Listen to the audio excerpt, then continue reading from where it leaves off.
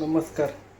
मी doctor Ravindra Vyankatrao Dhawan, MS शल्य, दिंडोरी, नाशिक. आज आपण इपिडायमल सिस्टविषयी माहिती घेऊ.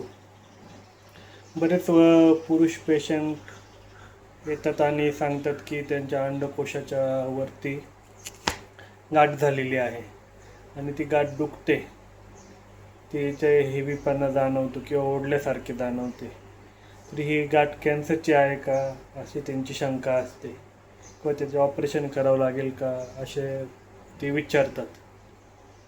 नेमकं आपण इपिडायमल सिस्ट म्हणजे काय हे पहिले समजून घेऊ. अंडकोशावरती एक टोपीसारखी एक कवरिंग असते किंवा तो अंडकोशाचा वरती एक अवयव असतो, त्याला इपिडिडायमिस म्हणतात. तर त्याचं काम काय असतं, जे शुक्रजंतू तयार होतात त्यांना तिथे मॅच्युरेशन करण्यासाठी 15 दिवस ते 10 दिवस तिथे आरामाची गरज असते. त्या भागाला इपिडायमिस असे म्हणतात.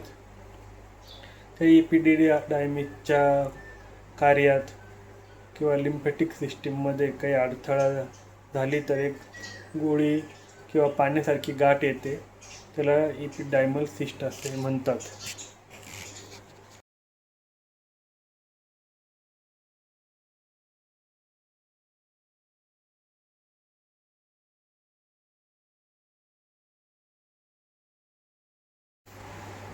या इपिडिडायमल सिस्टचे निदान कसे करावे असा प्रश्न आता तुम्हाला पडला असेल.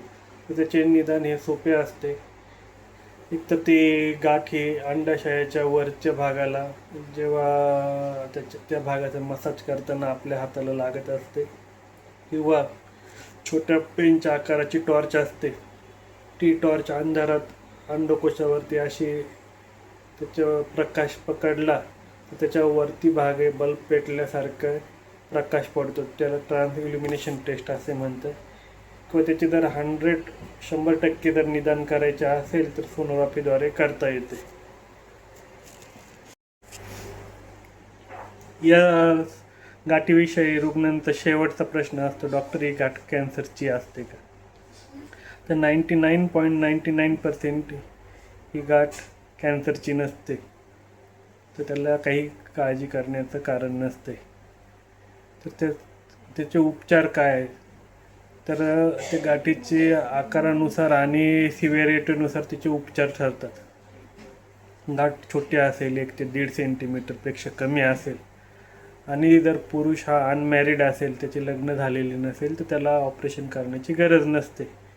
पण जर गाठ ही 1.5 सेंटीमीटरच्या पेक्षा मोठी असेल किंवा थर्ड टेस्टीज नावाचा एक प्रकार असतो, म्हणजे जेवढ्या आकाराचे अंडकोश आहे, समजा एवढ्या आकाराचा अंडकोश आहे आणि तेवढ्याच आकाराची जर गाठ असेल तर तिला ऑपरेटद्वारे काढून टाकता येते.